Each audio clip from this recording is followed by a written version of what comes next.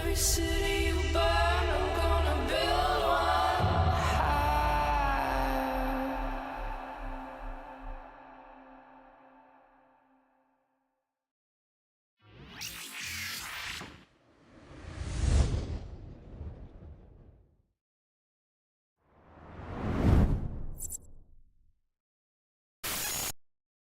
Greetings, fellow Empyreans. I am Astrothi, the voice of New Eden, and it is November 19th, YC126, and this is the Eve Universe Show!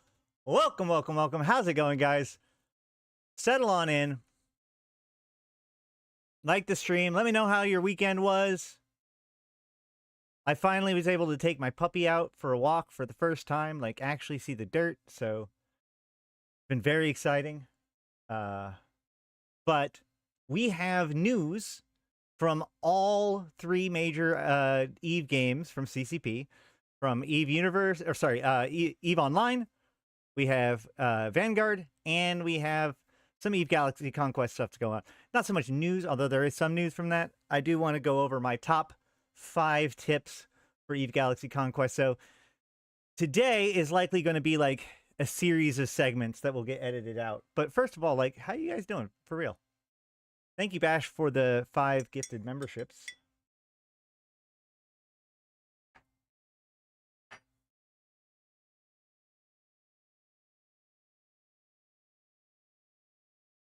So, yeah, we've been doing EVE Galaxy Conquest, and I was going to show you where we're at right now because a pretty awesome fight is actually brewing, or has been ongoing. We're currently fighting on 2 different fronts, and so it'd be really cool to show you, but every single time I click open phone screen, I get, we're having trouble connecting your devices, and I couldn't figure out how to fix that, so that's where we're at with that. Anything else I was supposed to update people about? Brain's kind of scattered today.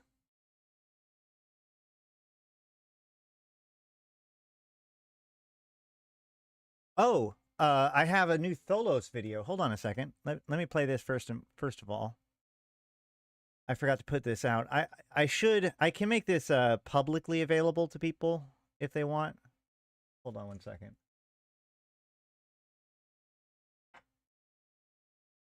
I went to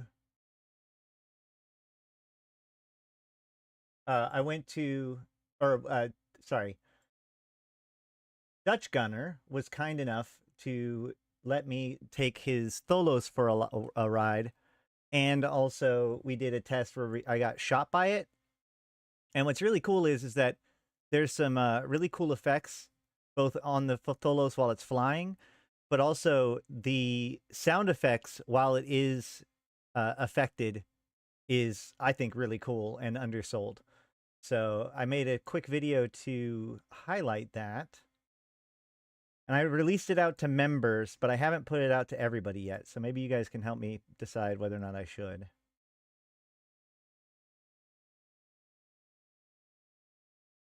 EVE has sound? It does, actually, quite a bit.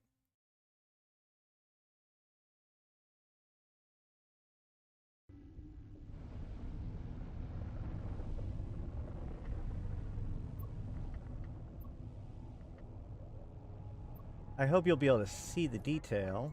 Oh, hold on.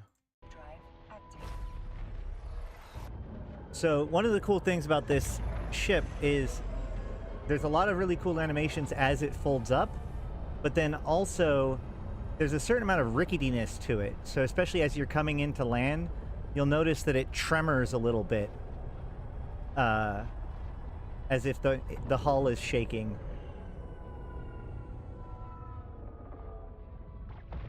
Hard to see there. I warp again later and it gets a better cut of it, but here you can see the animation. It kind of winds down into position.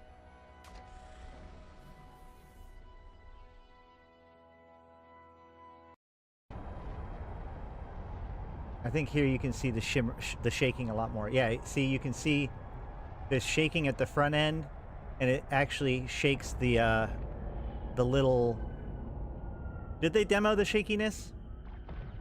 I don't remember that. Maybe they did.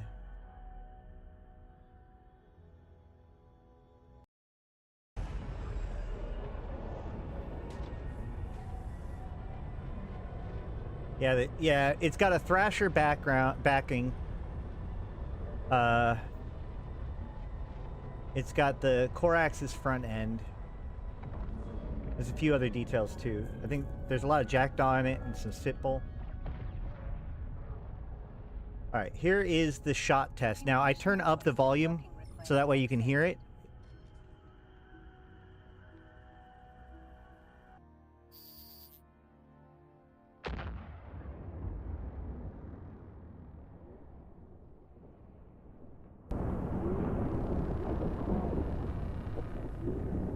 So you can hear the klaxon.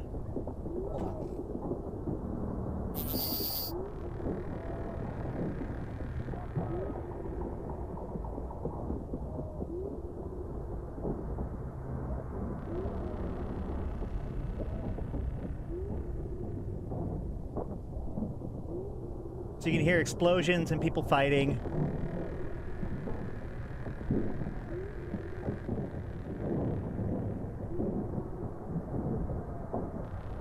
And this is while it's still in shield, by the way. As soon as you get into armor...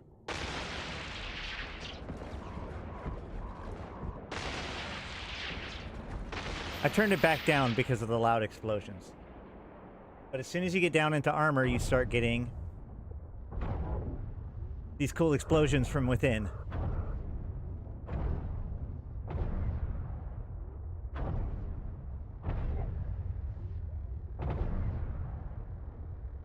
My dog wants to play right now so bad.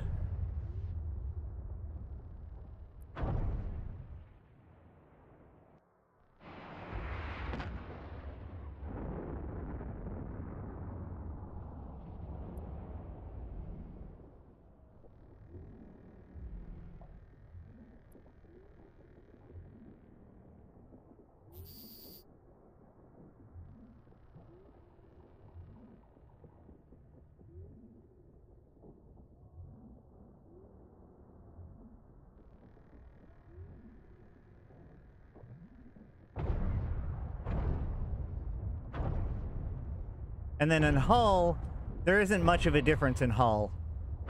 It keeps on with the explosions. Obviously, it makes the lights flicker because it's in hull, but it's pretty much the same. I think that that's really cool.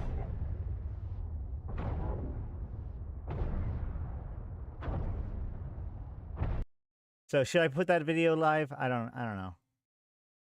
Any rate, let's start covering the news. Today, we got patch notes on the 19th.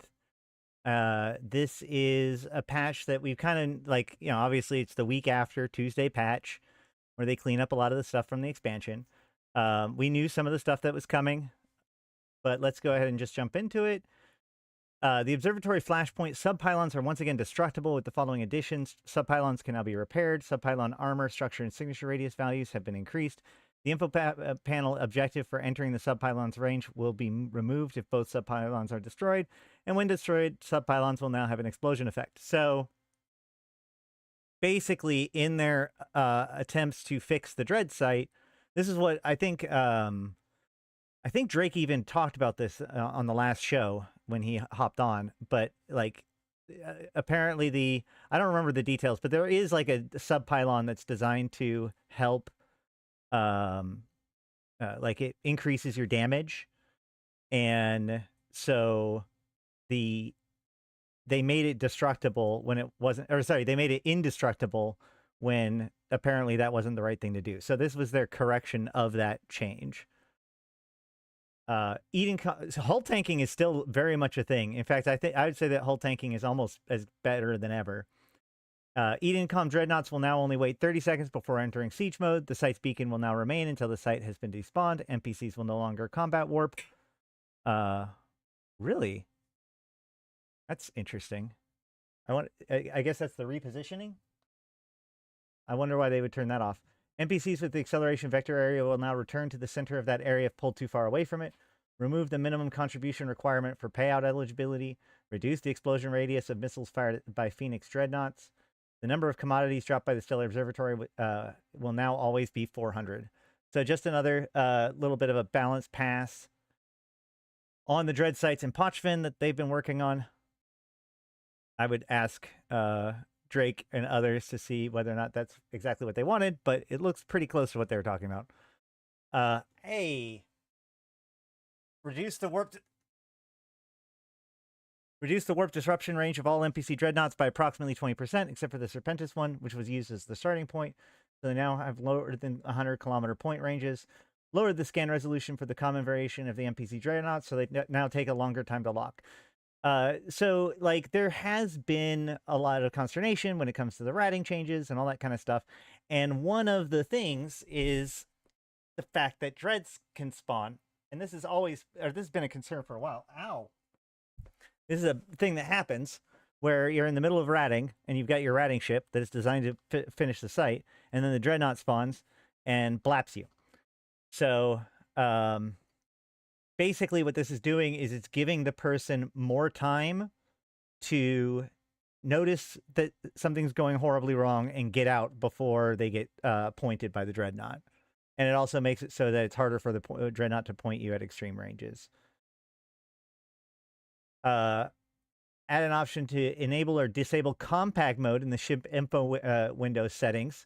So when it's compacted, the 3D ship model preview is not displayed. The window icon in the header is not displayed, and the option to disable light background functions properly. Increases the opacity of the background overlay behind the content in front of the ship model preview with small width layouts. Go ahead and check that out. So if I do a show info on this, so now, oh, because all my windows go to, okay. Hi. You were supposed to be given a treat, so you would leave me alone, or at least lay in my lap. Like for the dog. So my stuff defaults to compact mode. If you want to do that, you go to escape menu, user interface, and check enable compact mode by default.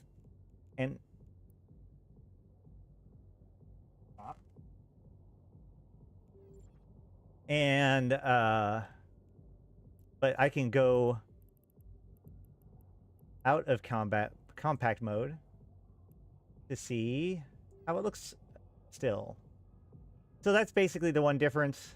Like you can see, I can crush this down pretty good even when it's not in compact mode, but compact mode makes it so that the picture doesn't have any space, like it doesn't try to draw the picture in the ship itself in the background, and that can be considered more legible because there was a lot of complaints about the new UI. But the problem is that there was a lot of complaints about it, and then there was also a lot of people that liked it, so they had to give it an option so that way people can do it the way they want. Look. Do I have to lock you out? What are you doing? Oh my gosh. Hold on one second.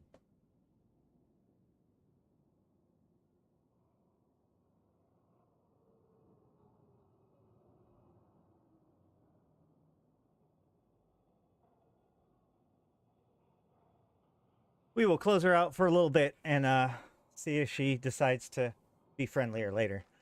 Can you still get the old ship viewer that had the info on the size of the ship? It was a nice lore thing. Yeah, so... Oh, yeah. Yeah, the lore quote is still right here, even in compact mode. So it still has the lore thing. The attributes are the same. Is there anything else that shows up?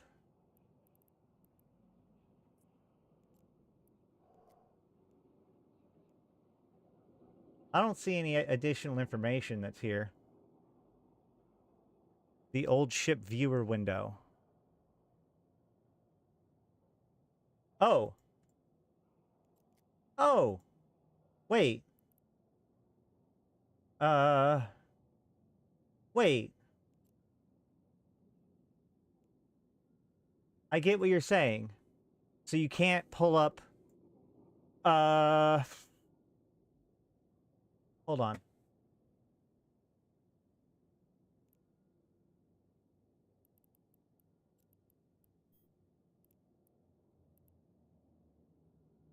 Yeah, I guess not. This is the ship. This is the ship viewer now. I just... Great minds think alike, Mr. Clifford. Well, I do... I think it'd be nice for that information to be there again. Because that shows the... It was the length of the ship. Yeah, how many meters long the axis was.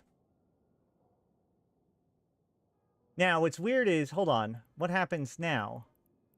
If I go into compact mode... Whoa, that's not great. What if I want to see my ship when I'm picking a skin? Or looking at the skin. Well, I guess I'm looking at this skin now. Yep. Look at me looking at this skin. That doesn't feel right. Let's try one more pass on this concept.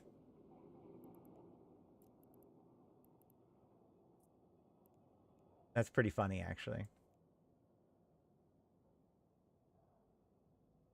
Yeah, it was real nice for you if you played anything like Spanish Engineers. Yeah, exactly. Like, that's how we knew a lot of information about it. The signature radius doesn't mean anything. We could still look it up in, like, Frigates of Eve and stuff, and I'm sure the information is still, like, recoverable, but that's kind of lame.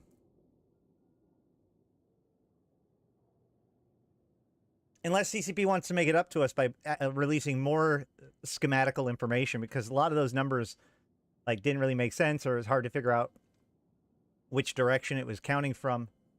Like, if his ship was wide or tall. Wish the buttons on the side would include a simulation and skin viewer mode. Yeah. I mean, I would think that the skin viewer would not be compact.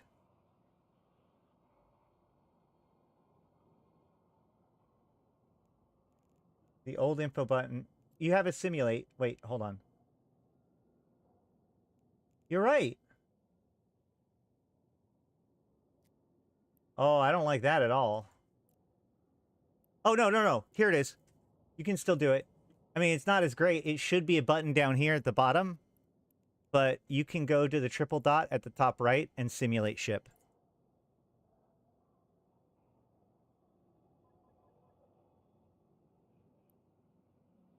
Yeah, unfortunately, the guy that made Frigates of Eve doesn't work with the company anymore, so... Anywho. Now she wants in. I wonder if she's going to... Do you think she's going to behave? Hold on.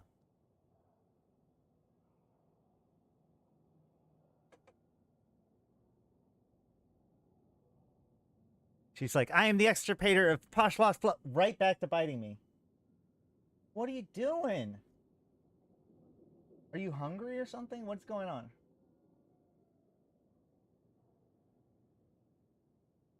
More stuff like Megathron Blueprint poster? Yeah, exactly. It's the dog simulator show today. These are my struggles. Okay. Locking it back out. Come on.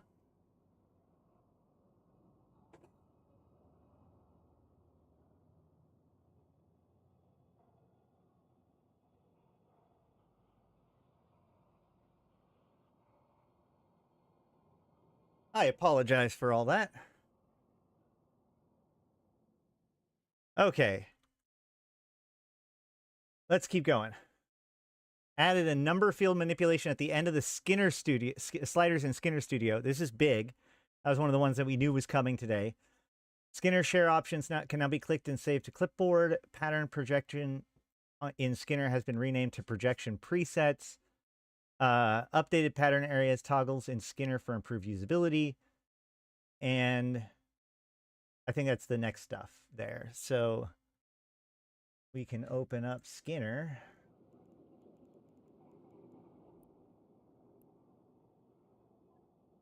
That's not Skinner.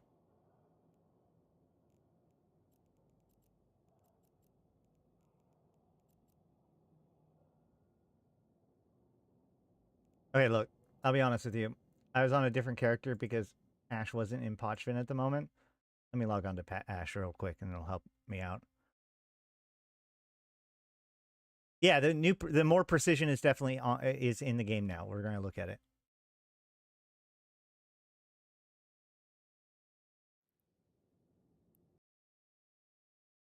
Hold on. Hey, it just flipped over. Sweet.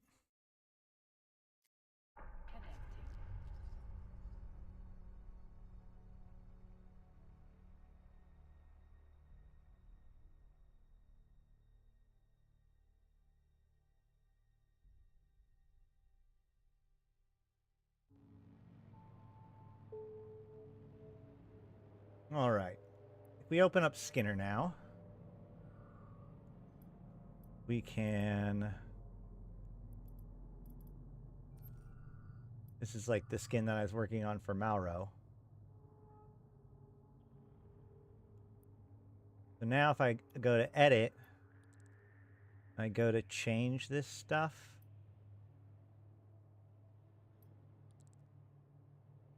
Yep, there's numbers. Here we go. I can type in a number there.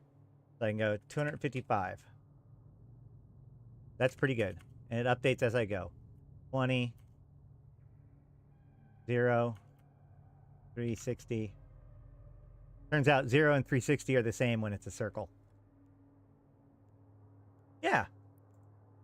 So that's cool. Was there anything else that was noteworthy? Skinner share option can now be clipped to saved to clipboard.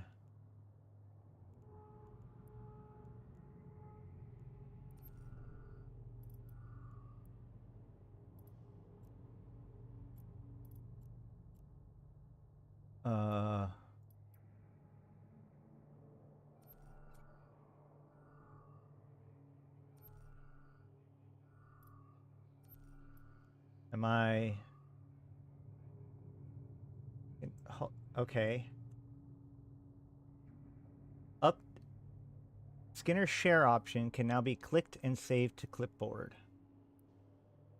Oh, link copy to clipboard. Oh, that's legitimately really cool. That works very well. Hey, enjoy your show. Thanks. I put in a Gila in fleet today. Highest commander is level 48. Love your show. Oh, you're talking about Eve Galaxy Conquest. We will be talking about Eve Galaxy Conquest that's the third thing for today. So that's the Skinner stuff. The next thing is a bunch of the pointer tool stuff got fixed apparently. Added the following help pointers. Oh, I guess these are UI elements. So for those of you who don't know, like in a teach a man to fish kind of way, if you go into your Neocom and go down to utilities and then all the way to the bottom, there's the pointer window. The pointer window is pretty much every UI element in the entire game categorized and put in alphabetical order and searchable. So if you're like, oh man, how do I find project discovery? You just project discovery, and look, there's the Neocom's project discovery, corporation projects, and the agency card for project discovery. And hold on a second, just so we can demonstrate this, I can click on this, and it points directly to the project discovery, or I can point to this, and it'll open up the agency. And then tell me to go to exploration, and then, oh look, there's project discovery. So whatever element you need, if you're looking for something, the pointer window will point to it. Also, you can drag and drop out of this if somebody's asking a question. You can post it to them. So like, I can just post this into our comms, and then you can click on it and just see that. Or like, if people need help finding the undock button, you can help them out with that too. So there you go.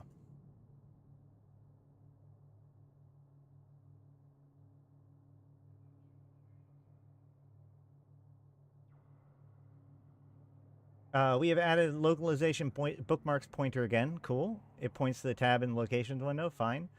Various pointer icons have been added or updated. I did notice that there's quite a few new pointer icons.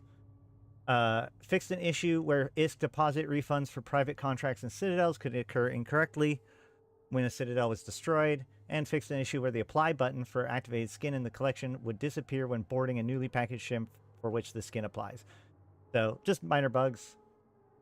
Observatory flashpoints. Apparently, the first notes about observatory flashpoints was not enough. We've got second. What about second observatory flashpoint patch notes? All right. Phoenix Dreadnoughts will now gain the same bonus damage as other Dreadnought variants during their Super Siege phase, and roaming NPCs will now commonly visit the site. Warping to 100% probe result that you already had a ship that is now cloaked, docked, left the system somehow from the probe scanner window will now work and no longer fail. This is actually a really good one. I did see some people very excited about this. So basically, if you scan down like if you use combat scanning to scan down a ship, you scan down their exact location at the time of the scan. So they can warp off, they could dock up, whatever, and then you could still warp to it, but you land on top. You land where they were, not where they are. Like if you somehow probe them while they're in the middle of warp, you would find some random position in warp, right? So the point is that there's a bug where if the person became no longer eligible to be found, i.e. they were cloaked, docked, or left the system, then when you went to go warp to them, it said you couldn't, even, the bookmark, even though, or the scan down signature, even though you don't know that the person is already gone, or you shouldn't be able to know, unless you descan or whatever, but like, you don't know that he's not in that position or cloaked, but if you try to warp to it, it would fail, which gives you information and also is just the wrong behavior. Mercenary dens. It is no longer possible to take infomorphs from mercenary dens that have been reinforced before downtime after the downtime in which it was reinforced. Probably good. Fix a rounding error when trying to take infomorphs. You can now always take the maximum amount of infomorphs, and it won't fail to have a spare cargo, which is a multiplier of 0.01 M3, but not enough to hold them all. Okay. Oh, yeah. Fix an issue where kill marks could be displayed for off-grid ships through descan. Fix an issue where ship rotation sound effects switching between tabs could play when selecting the current tab. Fix an issue where ship rotation sound effects switching between tabs could play when switching between tabs in the compact width of the layout window. So they're talking about the information screen, right? The one that how it moves and makes noise each time. Fix an issue where the control tab shortcut, also control shift tab, could fail to work if a ship info window was open. Whoops. Fixed an issue where the Neocom ship info icon could become incorrect if a ship info window was minimized while the smallest width layout. So some edge casey stuff, but definitely good stuff for them to work on. So to explain what that was, like if I undock, how do I make this? Oh, I guess I closed the pointer tool. That helps.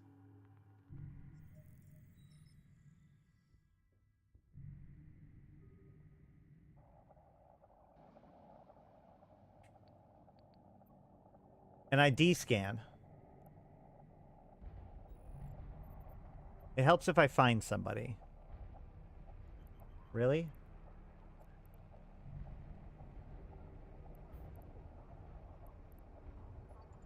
I'm going to warp to the small one if this doesn't... Oh, here we go.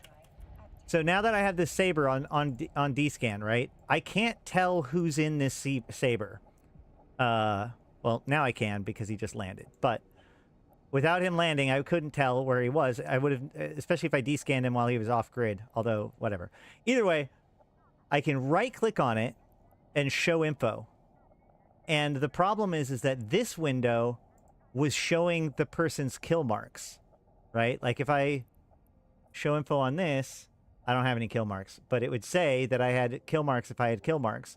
It was showing that in a show info on a ship where you shouldn't even know who the pilot was, which is a minor thing, but like when you're doing this kind of stuff, that level of intel can really, really matter. So it's good that they fixed that.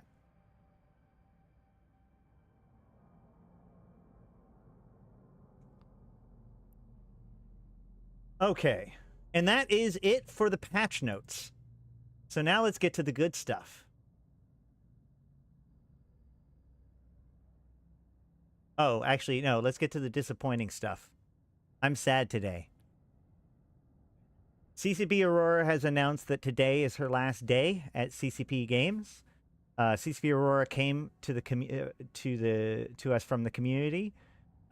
She was hired originally as a tester, I think, and then basically bootstrapped herself into a game designer developer position when she brought back the AT.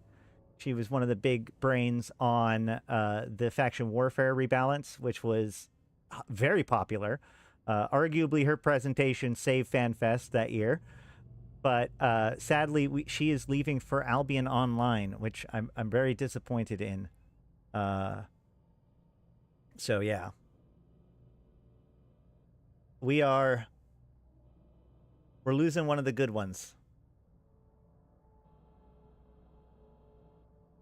All right, but in more positive news,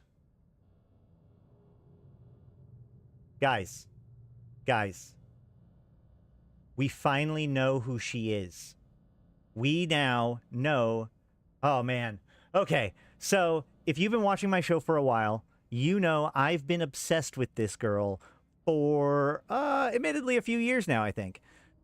This all started, and I've had to tell this story multiple times, but it's all started on, Epic Games Store.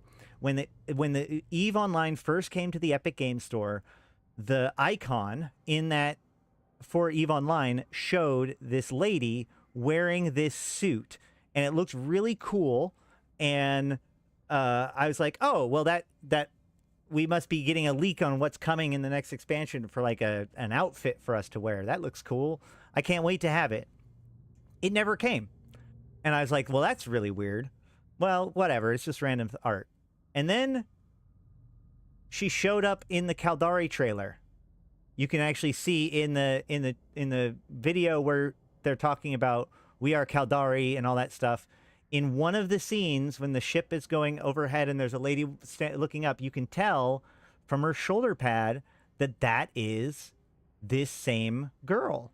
And then also when they were as a bartender, when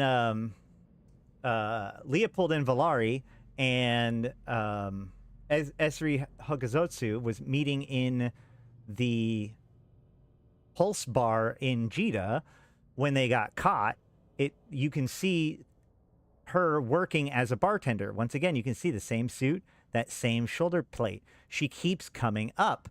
And then finally, when they were showing off the new UI for missions, like for the career agents, they showed this. They used her here too. Now, what was weird is it showed that they were Alpadirch, and Alpadirch was a real person. And as you can see, Alpadirch is a male. That's not actually Alpadirch, but that's the best that we had for who this person is. I don't know. She kept showing up. I didn't even know if she was important. And then this happened.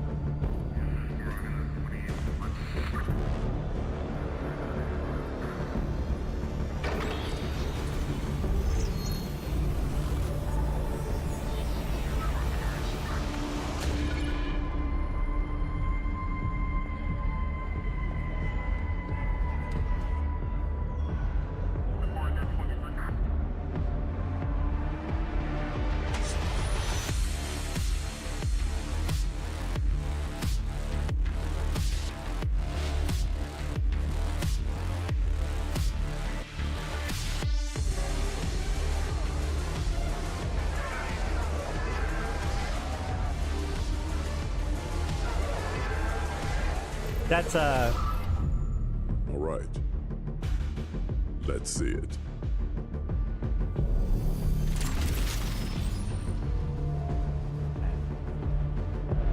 I bring promise of a brighter future for us all. This is an invitation.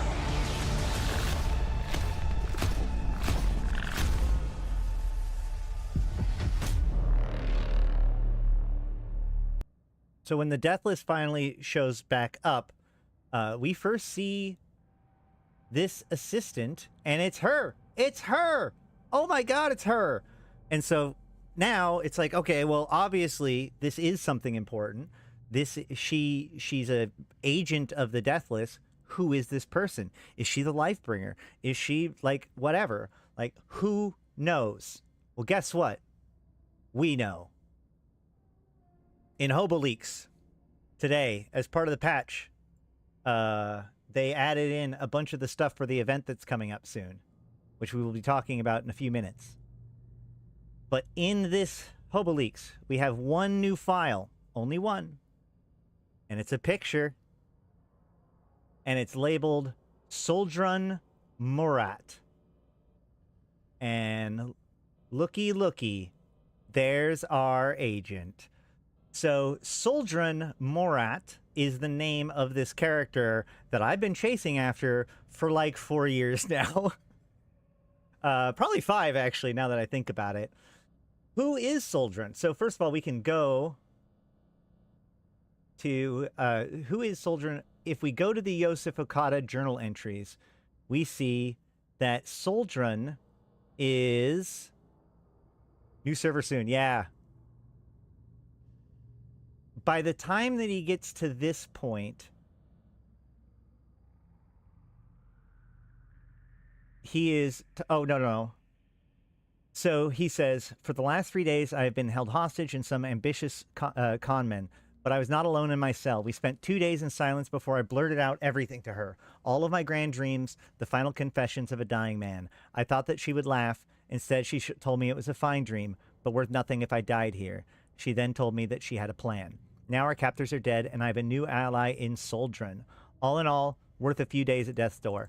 So Soldrun is clearly this like agent that has been working with the Deathless since 2015 or 2013 rather.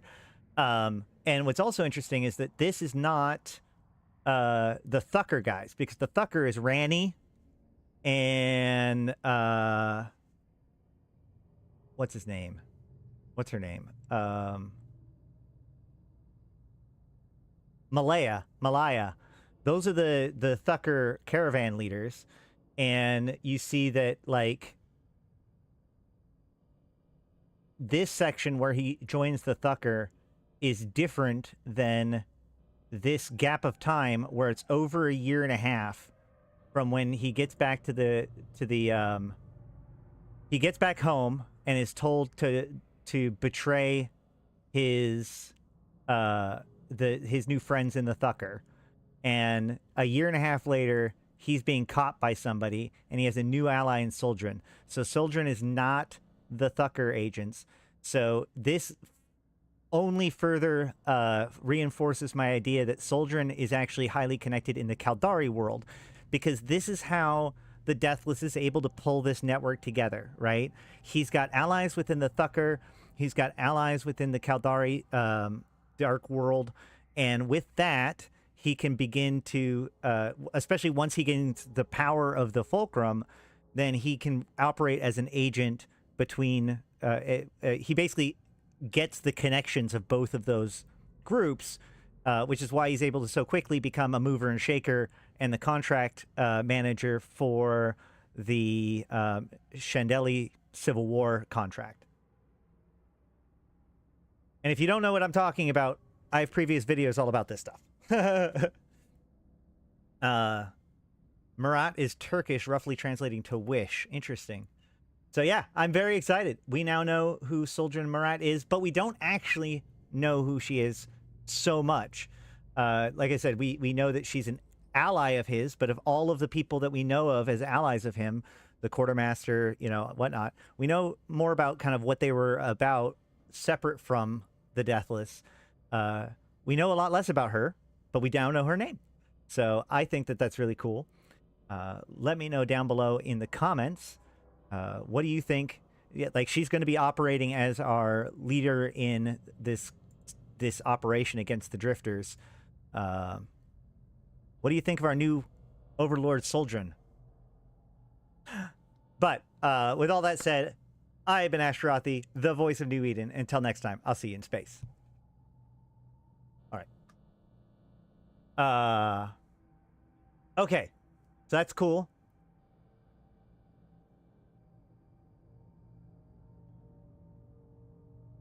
Stalking is terrible behavior. Just ask her out already. I would, but she won't answer my calls. All right. Let's get to the Vanguard news. War comes to Eve Vanguard. Attention, Vanguard. The war is coming to Eve Vanguard from 28th of November to the 9th of December. As war clone testing concludes and the Vanguard get ready for their first full-fledged operation in YC126, 1128 ground break. As before, this deployment is open to all Omega clones, but will now offer greatly expanded access with new opportunities for alphas as well as newcomers to the Eve universe to jump into the fray. So this is going to be closer to, this is like an open beta. That's a big deal. The time has come to choose your allegiance, descend to the planet's surface, and ascend to greatness as you make or your mark in New Eden. Your footsteps may be small, but your next shot will topple empires. In YC, on the 28th ground break, you will dive into a brand new gameplay experience as you join live insurgencies that reached from ground to orbit, shaping the future of New Eden. With every deployment, you have the chance to align with a faction of your choice and dive into intense 9v9 battles, capturing artillery cannons to bombard enemy fleets from the surface. Each victory strengthens your side's grip on planetary zones, driving opposition forces out of the contested airspace and having real-time impact on the ongoing war in the cluster. So, looks like the big thing about this we've been told that this is the biggest patch or the biggest content update in Vanguard, but they also said that last time, and it's because, you know, development kind of, that's how it works. Makes sense. But the big update here is that it's going to be a totally different scenario. Instead of being kind of this open world that people drop into randomly with your squad of like up to, what, 3 people, I think it was. Instead, these are much tighter 9v9 battles where you choose whether or not you want to be fighting for the Deathless or fighting for the suppression. And your results will influence the latest invasions or insurgencies. The effect on the insurgencies isn't new, but it is a lot more, like, the connections are a lot. We'll see. Joining the Vanguard, you'll be invited to rise from the ashes of the past and find your place in the great war taking place amongst the stars, taking control of newly realized revamped war clone technology, generate corruption or suppression to aid your faction, explore new areas, get new gear, and much more. Between insurgency deployments, you can hone your power by raiding planetary zones for rare resources and blueprint parts. Face off against brutal NPC militias and rival war clones, scavenging for materials to craft tactical chipsets and blueprints. So this is like, that is, the planetary zone is what we had before. So we're still going to have the sites that we had before, and we'll probably have the 4 different ones where it's the 2 versions of each map, night and day and monsoon and normal, I think it was. Either way, that is separate from the 9v9 face-off. You'll have freedom to formulate your own goals, strategies, and fragile alliances with a myriad of methods of achieving what you set out to accomplish, deciding where you want to deploy, manufacture as an unbeatable armory, and destroy your rivals. So this is actually pretty good. So you've got your open world area where you collect stuff to get cool, like your best equipment, and then you have your more tight battlefield where you get to use that equipment. The Deathless is making his presence known all over New Eden, on planets and in space. He has put out a call to the Capsuleers of the cluster to join the fight against the Deathless forces, in part to aid Vanguard forces in planetary operations. The Deathless Circle has deployed special towers connected to the newly revealed Warden, which scan local networks for passkeys needed to break planetary defense systems, allowing Vanguard war clones to fight for key positions in insurgencies. These towers are under attack from drifters, and the Deathless has asked Capsuleers to help defend them. There is, of course, nothing stopping them from destroying the towers and stealing the passkeys for themselves, should they prefer to support suppression-aligned forces. So, there will be sites in space, presumably in these systems,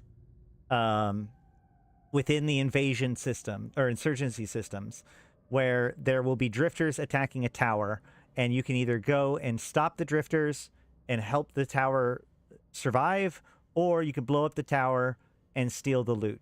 I assume that if you let the tower finish its timer, then corruption increases. If you let the timer, or if you destroy the thing, then suppression increases. What these passcodes are for and how that, if that impacts the actual ground game at all, I don't think so. I think that they would have explicitly said something if that was true. I think it's just more like thematically connected more than actual impact. Well, they're both impacting the insurgency status, so there's that. Those wishing to join the fight with either side can visit the site on the skirmishes on 26 November and make their mark on the war. In addition, the Capsuleers of New Eden will get daily Vanguard-themed rewards for taking flight on EVE Online between 28th of November and 1st of December, including up to 4 skin components, 3,000 Evermarks, and 50,000 skill points. Still in early development, EVE Vanguard is an MMO FPS set in the EVE universe, as you can play a pivotal role in its development by participating in Groundbreak. Join the Discord server to stay up to date. Show your support by wishlisting it on Steam. This is the largest update yet for the game, placing more power in your hands than ever before. Take your place in the deadly independent mercenary, forge your alliance, and contribute to the war effort. This is your fight, your glory. So, there you go. And I guess the new clone appearances, these guys are to represent the new clone tech that we've been unlocking slowly in EVE. So, yeah, it's going to be exciting. We've got, so that's also going to be kind of the event going on for us. So we're going to have new sites to go and run with drifters to fight, and we can go over to HoboLeaks and see more of the details of this. We see that there's a planetary trust buster array. This array is designed to hack planetary defense systems by creating a false trust relationship with off-world support networks. It then transmits data via remote connection to the Warden in Zarzak, using its unfathomable processing power to mine data packets for otherwise impossible to detect traces of defense network passkeys in order to reconstruct them. These passkeys can then be used to shut down tower planetary defense networks, allowing Vanguard war clones to hack their turrets and secure planetary positions. So yeah, maybe this does do something. Maybe this unlocks something on the map. I don't want to get anybody's hope too far up, but it could very well be that people will have to do stuff in space for things to be able to be done on the planet. Wonder how much these towers are just for gameplay reasons, or if they're somehow tied to the ongoing narrative. Would drifters care about what the Deathless does on planets? The drifters don't like what the Deathless is doing, period. So, I don't know.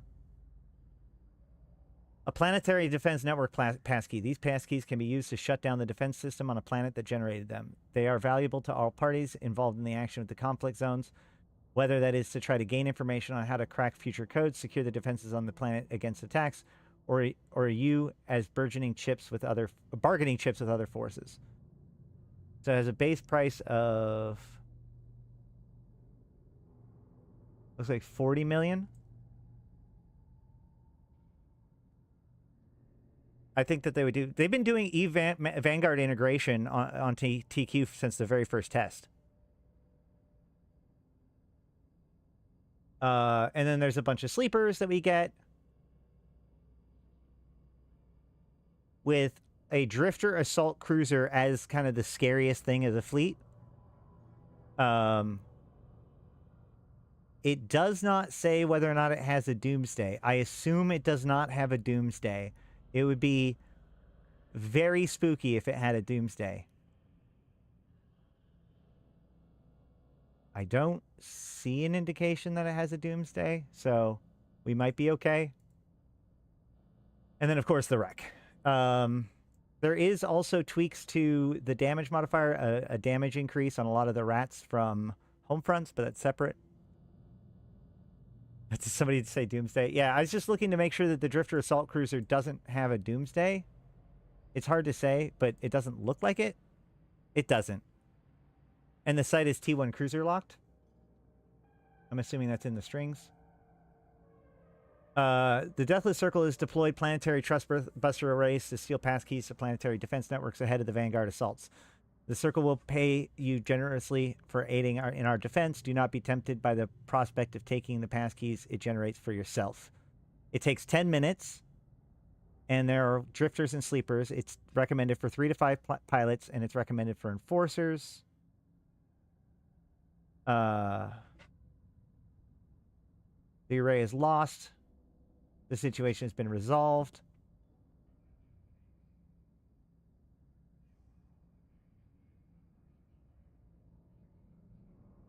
Where is it? Where does it say cruisers?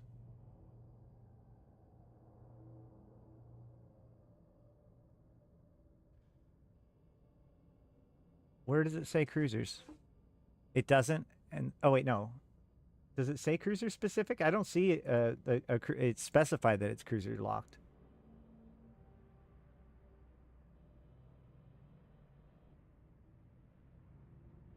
Data miners found the site restrictions. Okay, well, fair enough. Whatever.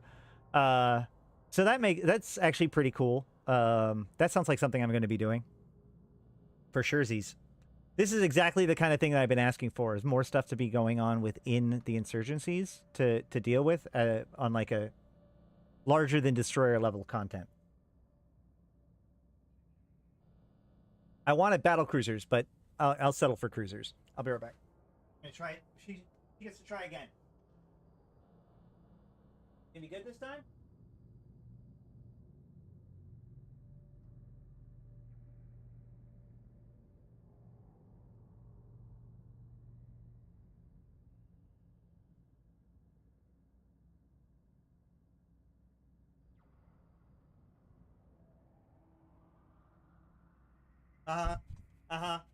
Okay. Right. Hi. Hello.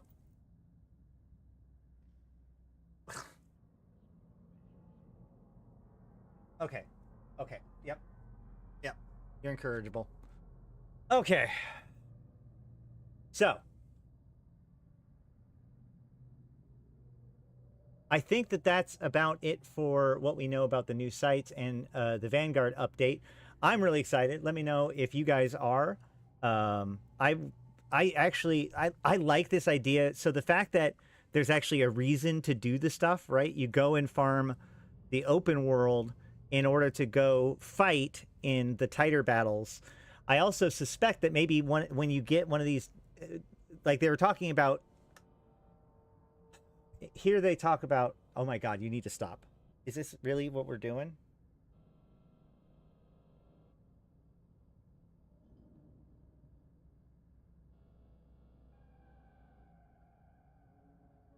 Bite on this. Chew on your chewy. There you go. Okay, so they talk about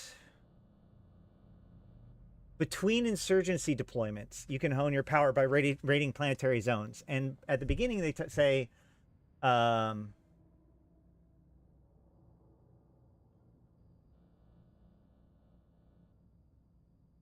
into brand new gameplay experiences you join with every deployment. Where is it? What does it say? Yeah, full-fledged operation. Time to choose your allegiance, descend to planet surfaces, and ascend to greatness. So, like, this implies to me that, like, these 9v9 sites aren't going to be happening all the time. So my prediction is when people secure these towers, maybe that will trigger a round of the Vanguard fighting, because you unlock, once a tower gets unlocked, then that unlocks another fight on the ground, which is how suppression and corruption is triggered. Could be interesting. I don't know for sure. That's my tinfoil, I guess.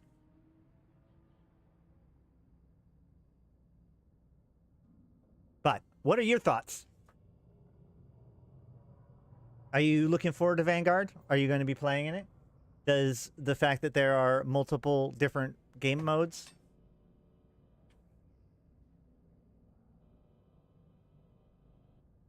Today is like the least professional stream ever. I apologize. Multiple different game modes available. I'm excited for the event as well because one stream teaser we saw had Jove Navigators on it. Jove Navigators? I'm not sure what you mean by that. Yeah, these are not new sites for nullsec. These are for insurgencies.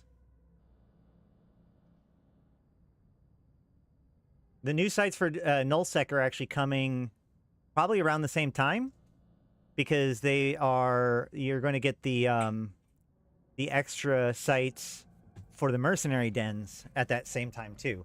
So this update, the 28th, is going to be a big time for me. There's going to be a lot going on starting on the 28th. A lot of things to do.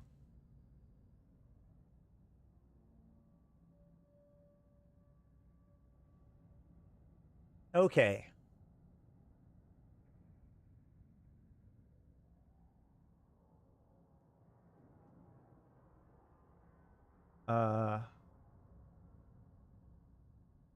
In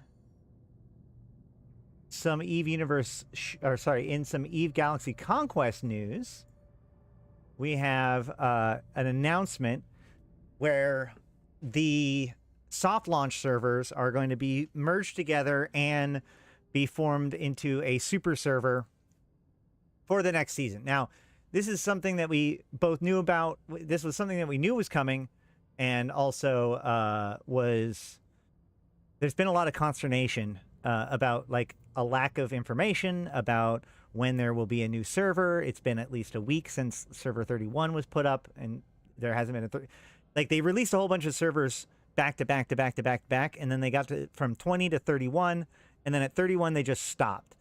And I have my own theories as to why this happened, but there was kind of this expectation that we would keep getting new servers, and so there's been this like constant, where's server 32? Where's server 32? So this does at least answer the question of where server 32 is going.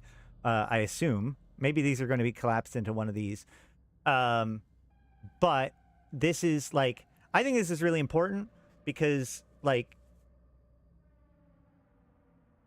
while those of us who have been playing since the release have been having a really good time, it has continued to bother me that the people who played in the pre-release are really mad because of how things were done, especially when it comes to the end of the season and things rolling over. Now, I got corrected. I said that they haven't done a season roll-up over before. They have, just, the older servers. But I believe that these servers that they're talking about here have not. So either way, the point is that, like, it's all fine and good to say that you can just keep on playing after the new season or whatever. But until we see how that works, it's hard. Like, it made me nervous. It makes me nervous that it doesn't seem to be going well, especially since, like, in the original post, it says the season merge for these systems is coming soon prior to the global launch. And it's the global launch, and that didn't happen. And we just never got an answer as to why this didn't happen, as far as I know. And so there was, like, legitimate reason why people were questioning what was going on, and this answers that, right? So all of these pre-release servers are going, which is basically 10, I think, through 20, or 10 through 19, basically. Everything before 19 is going to be merged into one and be put on a new season together. New people can join that one, obviously.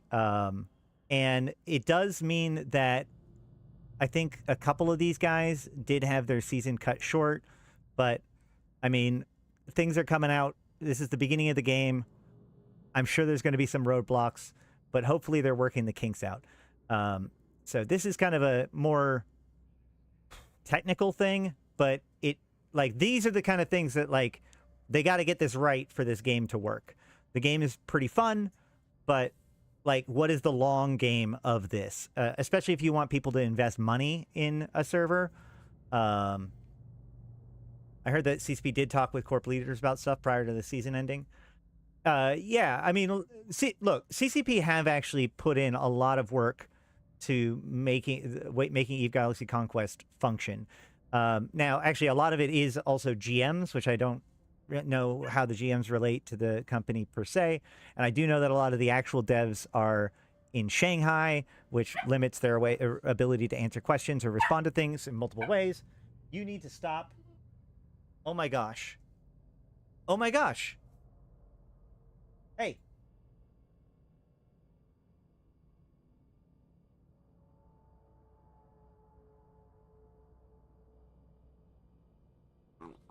Yeah. Yeah. Do we need to lock you out again? This is the most I've ever locked you out of here. Why are you choosing now? She wants walkies. I literally just took her out on a walk. That's actually probably the problem, is I woke her up.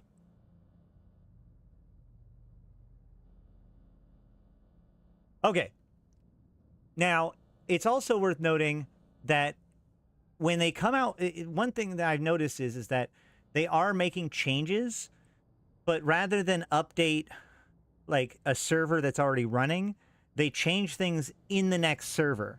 So, for example, one of the things we noticed was between server 20 and 31 is that they greatly expanded the corporation limit for corporations in server 31. And then now we see that where is it? Is it under server updates? Yeah.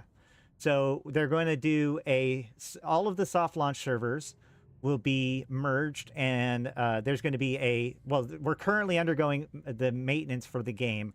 That has actually been extended for 24 hours, likely because this is the first time they've done something on this scale, so they're working the kinks out. But there's going to be a new server, Aether, AETER, and all of the soft launch servers will merge into that. Then there is updated HP and defense power of NPC stations and stargates. So remember, like, this is actually a thing. They're not rebalancing a game in progress. They're actually, each server has its own like rules for how it functions and balance. But speaking of rules, this is the big one. Chief commanders will be unable to join corps of other factions that are not part of their starting faction during the season unless they decide to restart from scratch via home base.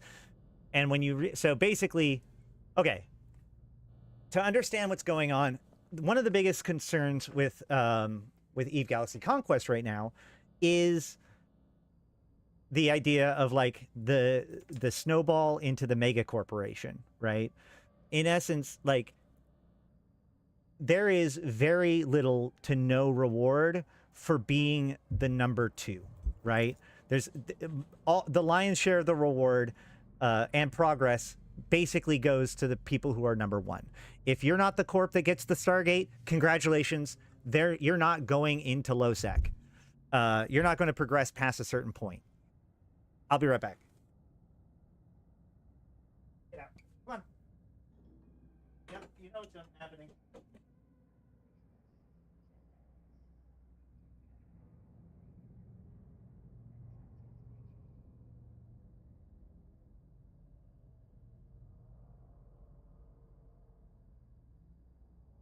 Yeah, green screen. Okay, so here's the thing. If you're not part of the winning team, you don't get to play, right? So if you are in a faction and another member of the faction gets a Stargate, you're actually locked out from using that Stargate. So if they get all of the Stargates to LOSEC, like basically in our server, if you're not us or 13th Legion, and you're in the Glente, you are not leaving HiSec. Your growth is completely stunted at that point if you're in another corp. So in practice, what that means is that people quickly jump ship to the winning team. And the issue is that this happens on a faction level too, right? So as Amar begins to be defeated, like I noticed this as we were rolling through the Amarian territory, as we beat people, they would then apply to our corp, which, you know, feels good. But what that means is that that's only reinforcing this snowball, right? It behooves people to just continue to accumulate and accumulate and accumulate. Is this live? What? The stream? The stream is live. The change is not. Well, this server is not live yet because of the 24-hour downtime. Anywho, so this is what I think they're doing. I think that actually the increase in corp numbers and this change where you cannot restart or cannot join another faction. So now, I think that those are two things are one piece or are one thing. But let me explain. Now, so the point is that, like, as Amar notices that they're not doing well, they basically have the option to join the winning team or join the resistance, which means that a lot of times, like, on the best of scenarios, most servers will devolve into two monoliths hitting each other. The big dudes that arise really quick, and the resistance that pull together to fight them, right? But more likely than not, you see the even worse situation for a game like this, where everybody who can and gives a crap joins the winning team. Everybody who can't join the winning team quits the game, and by week 2 or 3, there's nothing else to do besides wait for G to unlock, because there is no more enemy, because you've either joined or died, right? So what this is attempting to do now, when you start out, you can't just decide to join another faction. Now you can switch factions if you want, but it's basically the same as starting over for that season. All your tiles are destroyed.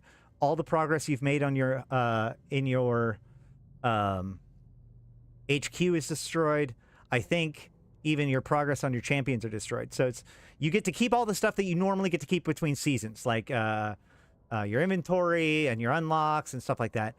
But that forces a person to basically, like, it behooves you to stick with your team and try to see what you can do with that, rather than jumping ship to the winning team, right? Because the winning team may not even be the winning team ultimately, but if everybody suddenly starts seeing that they're the winning team and starts joining them, then that is what makes them the winning team. It's all just a popularity game at that point. So this makes it so that it's possible, like, you effectively end up with 4 different factions, which is why I think that they went with increasing the corpse size. There were calls on the Discord to introduce alliances, right? That's the other option, to make it so, and this is what I suggest too. It doesn't make any sense that actions by the faction hinders your own faction, right? When I take a structure, not only, like, when we were taking structures in HiSec, there's an act of, like, sniping it, right? Somebody wanted to come in and be the last person to hit it, so that way they would claim it for their own people. That's pretty toxic behavior. We did it too. But the problem with, or the reason why that is because it's an all or nothing game. The person who wins get the effect of the structure, and the people who, the team that doesn't, sucks. That's it, right? Like, one of the reasons why we ended up being a stable force was because we captured a couple structures that, it's a zero-sum game. We captured a couple of structures, and that made us more attractive than the other corps besides 13th Legion. And so anybody who wasn't going to 13th Legion came to us, and that let us be big enough to survive in all of this, right? But if we had missed a couple of those, we would have easily been lost out and been wiped out in the very beginning, right? And like I said, with the Stargates, if a person, only 2 corps really get to go out into low-sec, more likely than not. Just let these things be a benefit to the whole faction, right? When the faction takes a structure, that should benefit the whole faction. When the faction takes a Stargate, they should benefit from a whole faction. There can be some competition within the faction. You can set some goals to be, that makes you still want to be the top of the faction, but make it so that faction members see each other as allies instead of enemies. Now, the other thing that people have suggested is like an alliance system where now multiple corporations can band together. I think that this is just kind of, that's just the same thing, right? Like it's just a big organization. So what I think that they're doing is they're kind of backdooring their way into that solution, right? So the idea is that there's going to be snowballing. And that is actually, and this is another piece to all of this. This is kind of a cursed problem, isn't it? Because on the one hand, you want cooperation. This is a game about cooperation. This is a game about banding together in order to fight forces. And the people that band together the best win. That's the whole point. That's the advantages of the game. Like, that's what the game is about.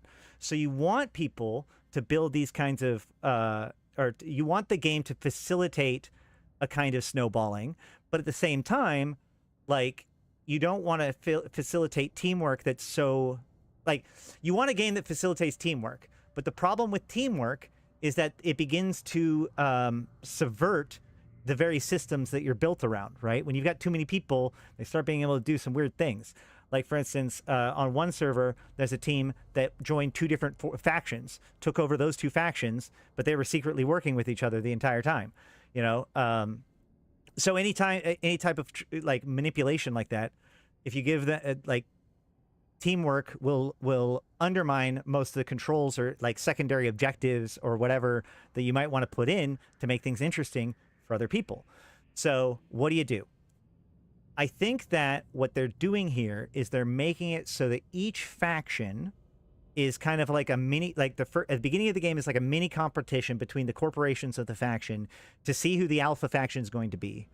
And now that, or the alpha corp, that alpha corp now has enough room for basically everyone in the faction who is staying active can then join that mega corporation.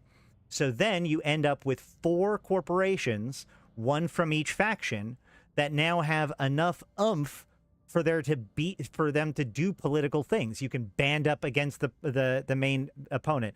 You can have 2v2, whatever it ends up being, because the faction is allowed to consolidate into a faction in the form of one giant corporation. Maybe that's going to lead to a more interesting end game. And I think that they're doing this because I just said maybe there. We're doing very experimental stuff here.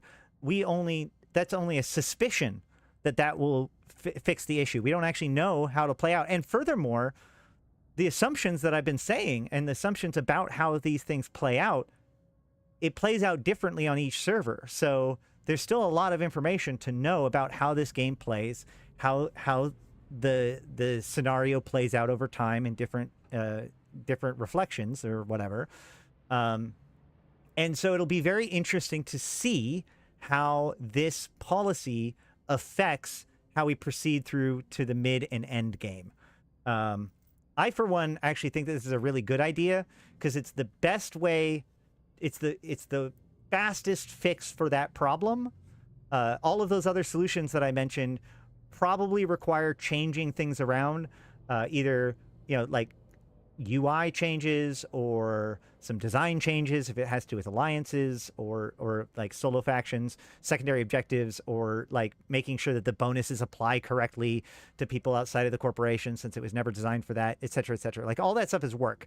Making one mega corporation for each faction, that's just increasing the number up to like 700 or 800. So we'll see how this plays out. But yeah, there was also a whole bunch of fixes happening, but I think there's going to be more to come. Does that make sense to everybody? What do you guys think? Am I right? Am I white knighting? Is this all? Are we all doomed? Is this too cursed of a problem? Should they just allow us to consolidate however we want? Let me know what you think in the comments. But for now, I have been Ashrathi, the voice of New Eden. Stay here if you're live. Ow. Okay, the dog made it back in. But I've been Ashrothi, the voice of New Eden. Until next time, I'll see you in space. Woo. All right. Thank you, guys. All right, let's go. Come on. I'm not going to be able to do my top tips today, am I? Because this dog's going to interrupt me too much. Chaos creates order, and order eventually fractures back into chaos. That's one of the things I'm actually really interested about with this whole thing, which is like how not only how is this going, like the seasonal thing going to work, like mechanically, but how is the season thing going to work socially, right? We're all in this together. So we're playing with the same people next season as we're playing this season. Okay, puppy. All right, hold on.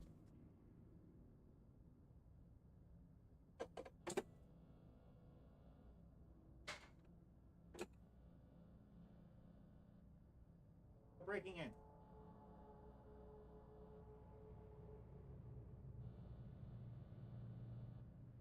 All right. So, you want to bring back chaos, accelerate the order?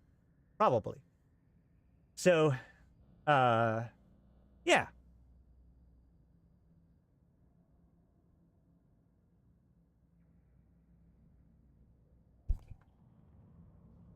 Okay, that said, all right, guys.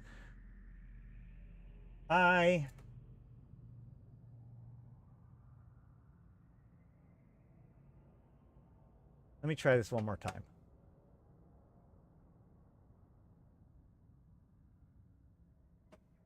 Otherwise, I might have to record this. I might need to fix this problem and then make this recording and then, whatever. No. Why? Yeah, I don't think I'm going to get this to work. I was going to do my, a recording of my top 5 tips for Eve Galaxy Conquest, but if I can't even show you my screen, then it's not going to really work.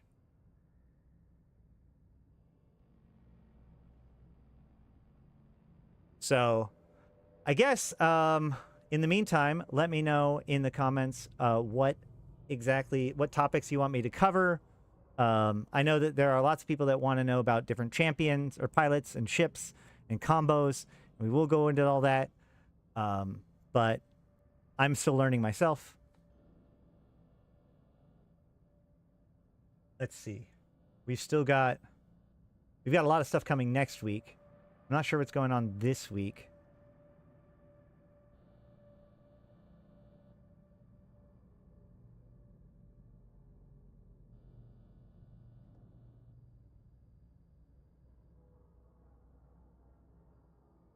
Anybody have anything else? Or are we good to go? Oh. Vanguard intro.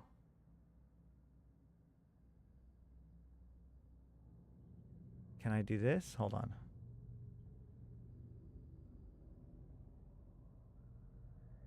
Hey, so here's the Vanguard intro.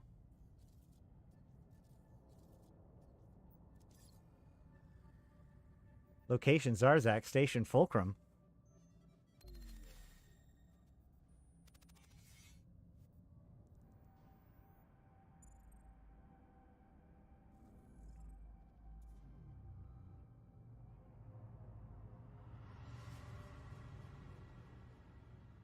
That's cool.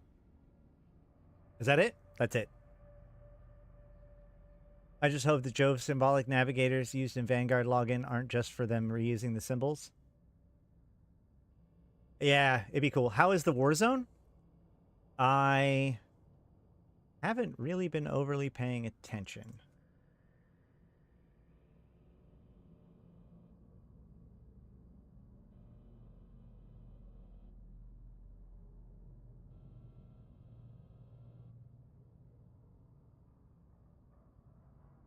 Let's see. We can look at the Galente Caldari report first. Come on. Where's the map? There it is. We have well, first of all, the main level, 38 versus 52. So a couple weeks ago, this was even. So there has been a pretty significant push back from the Caldari, the piracy war zone.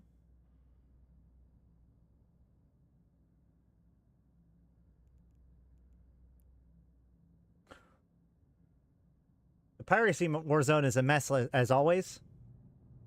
We are now 7 systems in, with I don't think a single system being suppressed yet. So there was a high-sec system that they were pushing on pretty hard, if I remember correctly, to suppress it, but it doesn't look like they succeeded anywhere. Ardar? That's suppression 3, corruption 4. But it looks like we're still like about halfway through this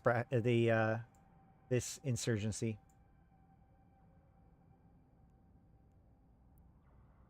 On the Garissa side, they're at 11 versus 1. It has spread. Oh, look, there's Tama. So it can't spread to Norvikaiken. Yeah. But it can.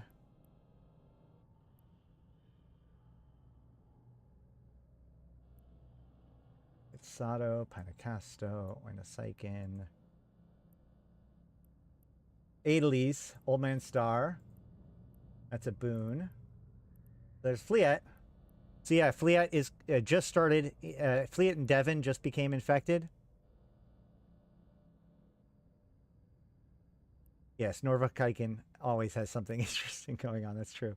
But also, another thing that's interesting with this is if we go to... if we go here, one of the systems that was lost, or that is being fought over, is Fleet. So the front lines is at Devon, and the main insurgency is in Kadama, but it's reached all the way down here to the front lines. So now's a great time to go and make some LP in those systems.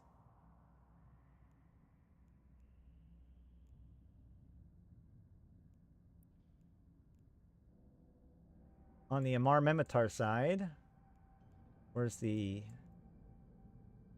It's up here. So it's pretty deep in the north.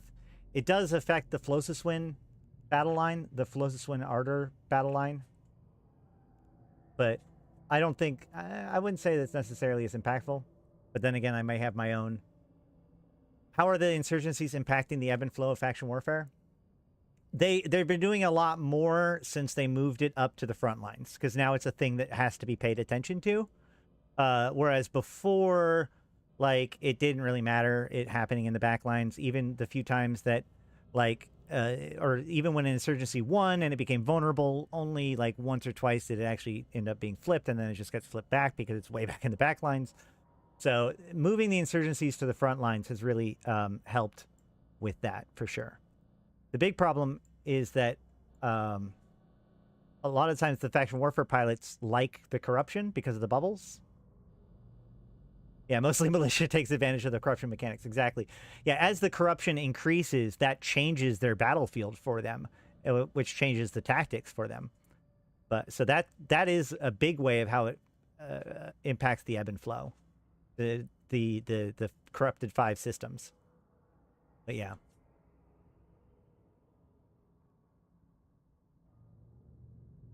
Now let's bring back Trig Invasion 2 and we'll attack on Blackout. Be still my heart.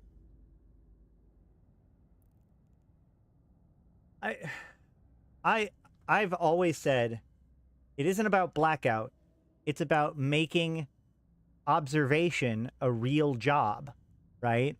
I've wanted observation towers that a person can open up their UI and look at the status of, so that way you can, have security. There's intel tools, real intel tools. The problem with local as an intel tool is that it's a chat client, not an intel tool. It was never designed to be an intel tool. It was never balanced to be an intel tool. So we need real intel tools that are really balanced for real gameplay. I do like the idea of no D-scan in some spaces.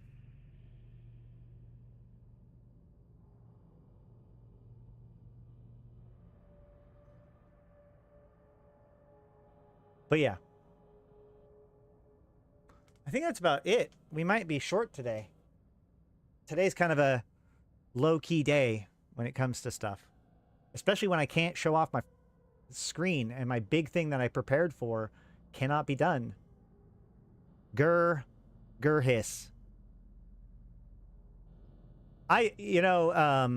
Back when the recon ships were being rebalanced to make it so that the ones that don't cloak doesn't show in D-scan, I actually asked for the bonus to be changed to doubles the distance of D-scan. So that way it's more about being out of range and I can see you, but you can't see me, than not being detectable on cloak. That being said, I think in hindsight, it is kind of interesting to have recon ships not be able to cloak or not be able to be seen on D-scan. Combat probes are pretty great, especially the new ones.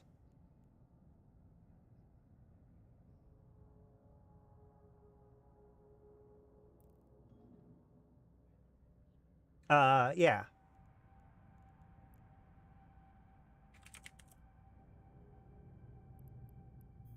Satori Horigu combat scanner probes. You can see the base sensor strength is what, 20% above T1, 10% above T2? But they only last for 10 minutes. So you better suck them back in.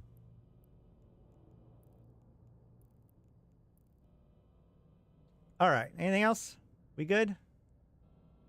All right. Well, if you want to join us in helping maximize player engagement with EVE Online, maybe help support the Deathless in his attempts to subvert the empires and Concord, you can go ahead and join us in-game. The Convocation Empyreans and the Invited are recruiting.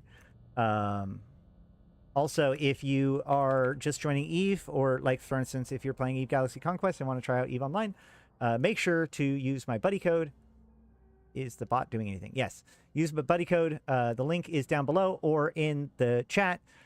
It will get you 1 million free SP, which is 40 days of training right off the bat to help you out. Back to hunting for the Harada Oki caravan. Yeah, that's true. They put in the Harada Oki caravan into the game, and we haven't seen it yet, so who knows. Also, if you like what I do, make sure to subscribe to the channel and also consider becoming a member. Your memberships support my channel and offers me stability and allows this to be the thing I do for to keep food coming to me, my dogs, my cat, or my dog, my cat, my son, and my guinea pigs. I really do appreciate it, especially as we get into the winter. Being able to do this for you guys is awesome. So thank you for that. And thank you to all my patrons that decide to support me that way. Make sure if you do support me as on YouTube, you link that with your Discord, so you get into the support channel in Discord where I post videos. Hold on.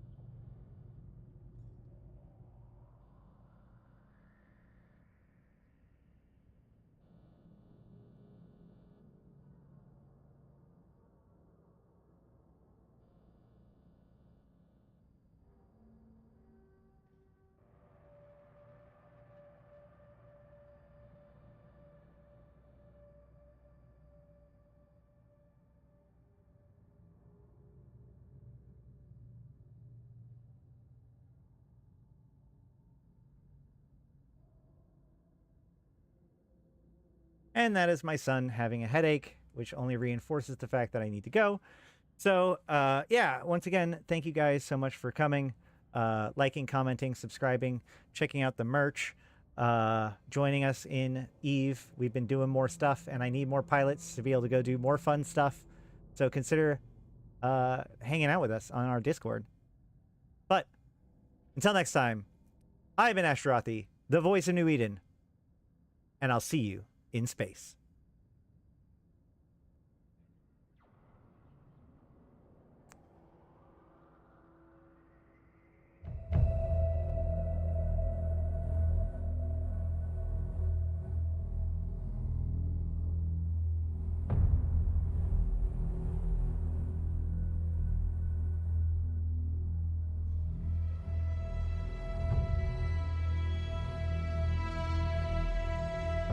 Bring on the wrecking machine.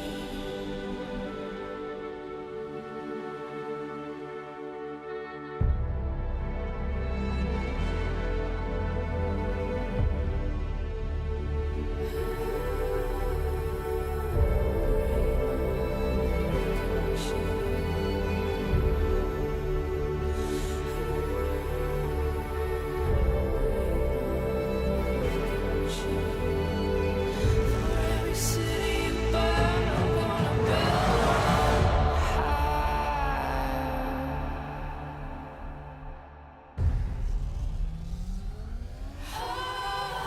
Bring on the wrecking machine, setting your dreams of heaven on fire. Bring on. All right, you there? You guys still here? Everybody still here? No? All right, well, guess what? You can figure out how long it is. It says it right here. So basically, if you're not in compact mode and you go to attributes, it says the length of the ship in the lower left-hand corner. Thank you very much to Windsword for letting me know. 070, guys. Unfortunately, I have to start the song back over. Oh, shucks and darn.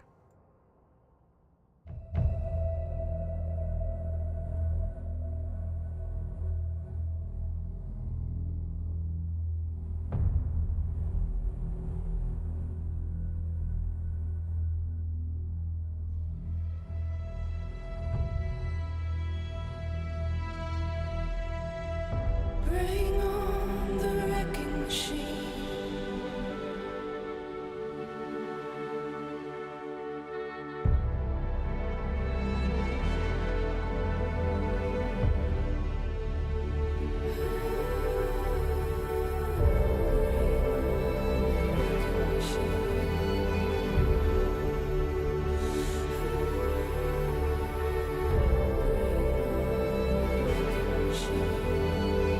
For every city you burn, I'm gonna build high.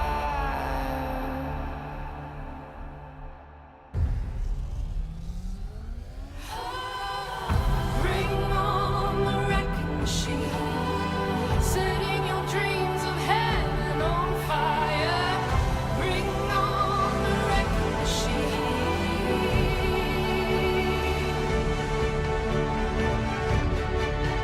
Bring on the wrecking machine. Bring on the wrecking machine.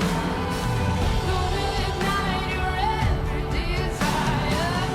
Bring on the wrecking machine. For every city you burn, let it burn, let it burn, let it burn.